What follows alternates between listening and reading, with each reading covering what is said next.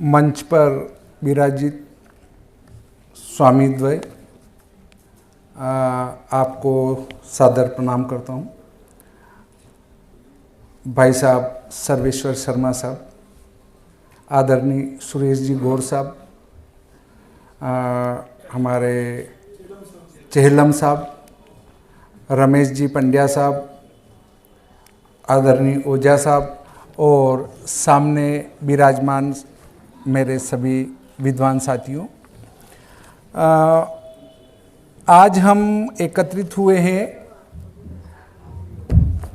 शक संवत को क्यों मनाया जाए और विक्रम संवत को क्यों मनाया जाए इस पर, और हम शक संवत को बंद करके और विक्रम संवत को ही क्यों मनाएं। चूँकि मुझे संक्षिप्त में बोलना है, वैसे मैं विस्तार से लिख कर लाया था पर मैं संक्षिप्त में इसको पूरा कर देता हूँ। राजा विक्रमादित्य जी का जन्म जो है महेंद्रादित्य के घर में हुआ था। पूरा पढ़ के सुना दूँ वो ज़्यादा ठीक रहेगा। महेंद्रादित्य को पुत्र प्राप्ति के लिए विविध प्रकार की तपस्या एवं व्रत करने पड़े थे। महेंद्रादित्य के पुत्र की अभिलाषा तथा देवताओं का शिव के यहाँ पहुँचना एक ही समय हुआ। महेंद्रादित्य ने शिव जी से पुत्र प्राप्ति की इच्छा प्राप्त की एवं देवताओं ने भी पृथ्वी पर से सनातन धर्म के उद्धार की प्रार्थना की। तब शिव जी ने देवताओं को संतुष्ट कर भेजा कि शीघ्र ही मैं धर्मोद्धार का कार्य करूंगा। राजा महेंद्रादित्य को भी आशीर्वाद दिया कि शीघ्र ही तुम्हारे पुत्र होगा। इसके बाद शिव जी ने पार्वती के पास बैठे हुए अपने गण माल्यवंत से कहा कि वत्स मृत्युलोक में जाकर राजा महेंद्रादित्य के घर वीर पुत्र के रूप में जन्म धारण करें। शिव जी की आज्ञा पाकर माल्यवंत नामक गण ने महेंद्रादित्य के पुत्र के रूप में कलयुगाब्द 3000 में वैशाख शुक्ल पक्ष द्वितीय गुरुवार को मध्याह्न काल में कर्क लग्न में जन्म ग्रहण किया। यही बड़े होकर विक्रमादित्य कहलाए। इनके पिताजी महेंद्रादित्य थे और माताजी का नाम सौम्य दर्शना था। इनका जो चरित्र है कि विक्रमादित्य जी के संबंध में भी ये कहा जाता है काल्पनिक है, चूंकि विक्रम नाम की उपाधि कई लोगों ने धारण की है, कई राजाओं ने धारण की है। तो कोई भी व्यक्ति उपाधि तो ही धारण करेगा जब उसके पूर्व उस उपाधि वाला कोई व्यक्ति हुआ हो। सीधी किसी को उपाधि नहीं दी जा सकती है। जो ये कहते हैं कि वो तो विक्रम की उपाधि धारण की, ये गलत कहते हैं। जहां तक विक्रमादित्य हुए नहीं तो उनकी उपाधि धारण करेंगे कहां से। इसलिए विक्रमादित्य नाम के राजा हुए। उसके ऊपर भी मैं संक्षिप्त में बताता हूं। भारतीय ग्रंथ जैसे वेद पुराण प्रामाणिक ग्रंथ हैं। जब हम इनको समझ नहीं पाते हैं तो काल्पनिक कह देते हैं। मतलब हमारे जितने ग्रंथ हैं वो सब प्रामाणिक हैं। हमारे शास्त्र में लिखा था कि पुष्पक विमान से उड़कर रावण जाता था, भगवान राम आए थे, वापस अपने अयोध्या लौटे थे, तो हम कहते थे आकाश में कोई उड़ सकता है क्या। पर जब हमने वायुयान बना लिया तो हमने कहा नहीं, आकाश में उड़ सकते हैं। जब हम कहते थे महाभारत कहता है कि घर पर बैठकर उसने महाभारत का युद्ध बताया, तो हम कहते थे वहां बैठकर कैसे देख लिया उसने। और जब हमने टीवी चलाई तब पता चला कि नहीं, वास्तव में ऐसा हो सकता है। तो ये चीजें हमारे पूरे शास्त्रों में लिखी हुई है। देखिए, इसके लिए हमारे प्रामाणिक शास्त्र जो हैं उनमें ज्योतिर्विद्याभरण है, व्रत कथा मंजरी है, कथा सरित सागर है, प्रभावक चरित हैं, भविष्य पुराण है, द्वात्रिशत पुतलिका है, लोकप्रिय कथाएं हैं, शनिश्चर कथा है, व्रत संहिता है, श्रीमद् भागवत पुराण है। देखिए, भविष्य पुराण में भी महाराजा विक्रमादित्य जी का विवरण आया है। इसका अर्थ है कि महाराजा विक्रमादित्य जी हुए थे। इसके संबंध में बात आती है कि विक्रमादित्य जी का क्या प्रमाण है। बात सही है। ये मुझे मेरे माता पिता ने बताया, आपके भी आपके माता पिता ने बताया, तो उनके पास कहाँ से आया, तो उनके माता पिता ने बताया। मतलब हमारी पीढ़ी दर पीढ़ी ज्ञान का प्रवाह होता चला आया और तब हमें पता चला कि विक्रमादित्य जी नाम के कोई राजा थे। तो उनको जो काल्पनिक कहते हैं वो हमारी संस्कृति को मिटाने वाली बात है। ठीक है।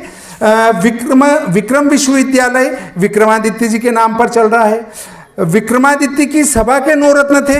धन्वंतरी, क्षपणक, अमरसिंह, शंकु, वेताल भट्ट, गटखरपर, कालिदास, वरामिहिर, वररुचि, ये उनके 9 रत्न थे। विक्रमादित्य कालीन काल गणना में देखें तो विक्रमादित्य जी के समय में भी काल गणना प्रचलित थी, उससे पहले भी थी। उसमें है आपका बृहद जातक है, बृहद संहिता है, पंच सिद्धांतिका, पोलिस सिद्धांत, रोमक सिद्धांत, वशिष्ठ सिद्धांत, सूर्य सिद्धांत, पितामह सिद्धांत आदि, त्रिकोणमिति के सूत्र आदि उस समय प्रचलित थे। अब देखिए संवत का प्रवर्तन, हमारा शास्त्र यह कहता है कि संवत का प्रवर्तन या संवत का प्रारंभ कोई भी व्यक्ति नहीं कर सकता है। उसके लिए उसको शास्त्रीय मर्यादाओं के अनुसार चलना पड़ता है, उसके बाद वो अपने संवत का प्रवर्तन भी जनता का कर्ज माफ कर दे, उऋण कर दे, सबके कष्टों को दूर कर दे, उसके बाद वो अपने नाम से संवत चला सकता है, अन्यथा नहीं चला सकता है। हमारे संवत के संबंध में शास्त्रों में उल्लेख है। सृष्टि आदि संवत कितना चलेगा, उसके बाद जो ऋषि आदि संवत है या जो भी समय तक चलेंगे। वैसे पूरे संसार में लगभग 30 से 40 प्रकार के संवत प्रचलित हैं। पश्चिम में सौराष्ट्र में शकों का आक्रमण हुआ, उस समय विक्रमादित्य के पिता महेंद्रादित्य निश्चिंत थे। उन्हें अपनी शक्ति पर पूरा भरोसा था, परंतु सौराष्ट्र शकों द्वारा जीत लिया गया एवं वहां रहकर उनके द्वारा शक्ति का संचय किया गया। शक्ति संचय करके महेंद्रादित्य के राज्य पर भी शकों द्वारा हमला कर दिया गया। देखिए, जो हम गर्व करते हैं और शक संवत मनाते हैं, दक्षिणी भारत के एक विद्वान हैं, उनने मेरे 2-3 बार फोन किया कि शक को मान्यता क्यों नहीं देते हैं। मैंने कहा जो मैं कर रहा हूं मैं तो ठीक कर रहा हूं, पर उनने बार बार जोर बनाया कि आप शक संवत को माने। तो उसके संबंध में है, शक्ति संचय करके महेंद्रादित्य के राज पर भी शकों द्वारा हमला कर दिया गया। महेंद्रादित्य बड़ी ही वीरता के साथ लड़े, परंतु सैनिक शक्ति कमजोर होने के कारण उनकी बड़ी हार का सामना करना पड़ा एवं उज्जैन छोड़कर भागना पड़ा। यहां पर महेंद्रादित्य एवं विक्रमादित्य दोनों ही बिखर गए, परंतु विक्रमादित्य शकों को परास्त कर दिया गया। देश के बहुरंगी इतिहास में शकों की पराजय एक ऐतिहासिक महत्व की घटना थी। विदेशी शकों के अत्याचारपूर्ण शासन से देश मुक्त हो गया। इस सफलता का श्रेय कई गणराज्यों के सम्मिलित प्रयास को जाता है, जिसमें मालवों ने प्रमुख रूप से भाग लिया था। विक्रमादित्य को शकों पर विजय के कारण शकारी की उपाधि मिली। विक्रमादित्य जी को शकारी की उपाधि क्यों मिली थी? क्योंकि उनने शकों को परास्त कर दिया था।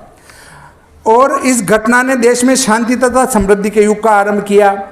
जियो और जीने दो अगर कोई कहता है तो वो फिर सनातन धर्म के मानने वाले ही कह सकते हैं, बाकी जियो और जीने दो कभी नहीं कह सकते हैं। तो ये अलंकारिक भाषा में कृत कहा गया। भारतीय इतिहास की इस राष्ट्रीय महत्व की घटना की स्मृति में एक संवत की स्थापना पर विचार किया गया। ये जो घटना हुई, मतलब शकों को परास्त करके भगा दिया गया और फिर अपना शांतिमय राज्य कायम कर दिया गया, इस पर एक संवत स्थापना पर विचार किया। प्राचीन समय में एक नियम था कि संवत का प्रवर्तन वही व्यक्ति कर सकता है जो कि संपूर्ण जनता को कर्ज मुक्त कर दे। विक्रमादित्य के द्वारा संपूर्ण जनता को कर्ज मुक्त किया गया एवं शकों की पराजय के उपलक्ष्य में संवत का प्रवर्तन किया गया। पूर्व समय में इस संवत का नाम कृत था, जो कि बाद में मालवगण संवत, मालवों का संवत, मालवेशों का संवत कहलाया। अंततोगत्वा 9वीं शताब्दी के मध्य में इस संवत को विक्रम संवत या राजा विक्रम संवत कहा जाने लगा। इसमें कोई संदेह नहीं कि संवत की स्थापना का प्रमुख उत्तरदायित्व विक्रमादित्य को ही जाता है। सभी लोकप्रिय तथा जैन अनुसूचियां इस बात पर सहमत हैं कि कालकाचार्य कथा के अनुसार विक्रमादित्य ने एक उच्च तथा महत्वपूर्ण सफलता प्राप्त करने के पश्चात पृथ्वी को भार मुक्त करके अपना संवत चलाया। वर्तमान ज्योतिषी की परंपरा विक्रमादित्य को भारतीय संवत्सरों के संस्थापकों की श्रेणी में रखती है। देखिए, अब ये लंबा है, मैं शार्ट में बता देता हूं कि जब विक्रमादित्य जी ने अपना राज्य स्थापित कर लिया, वापस शकों ने अपनी शक्ति का संचय करके राजा विक्रमादित्य जी को परास्त किया। परास्त करके उनने अपना शक संवत चलाया, उसी को आज हम मानते जा रहे हैं। अब मैं शक संवत के संबंध में जानकारी दूंगा आपको कि शक संवत को हम माने तो उसमें दिक्कत क्या है। मान सकते हैं, कोई बड़ी भारी बात नहीं है। देखिए, हम जब ऐसी बात अपने मुंह से करते हैं तो हमें शर्म आनी चाहिए, सनातन धर्मावलंबियों को शर्म आनी चाहिए कि जो एक विदेशी आक्रमणकारी आए और हमारे एक प्रतापी राजा को परास्त करके, मार काट करके और एक शक की स्थापना करके गए, और हम बड़े गर्व से कहते हैं कि हमें शक संवत मानना चाहिए। क्यों मानना चाहिए? हमें गर्व हमारे राजा के ऊपर होना चाहिए, महाराज विक्रमादित्य जी के ऊपर होना चाहिए कि हम उनका संवत माने और उसको स्वीकार करें। देखिए, इसके सर बस 1955 में भारत सरकार के द्वारा विद्वानों की एक सभा बुलाई गई थी। उस सभा के अंदर यह प्रस्ताव पारित किया गया कि शक संवत को राष्ट्रीय संवत माना जावे, और दूसरा ये जो है तारीख है ये भी सायन सूर्य की मेष संक्रांति से मानी जाए, अंग्रेजी तारीखों की तरह। तो ये गलत निर्णय उस समय विद्वानों ने लिया था, भारत सरकार ने नहीं लिया था।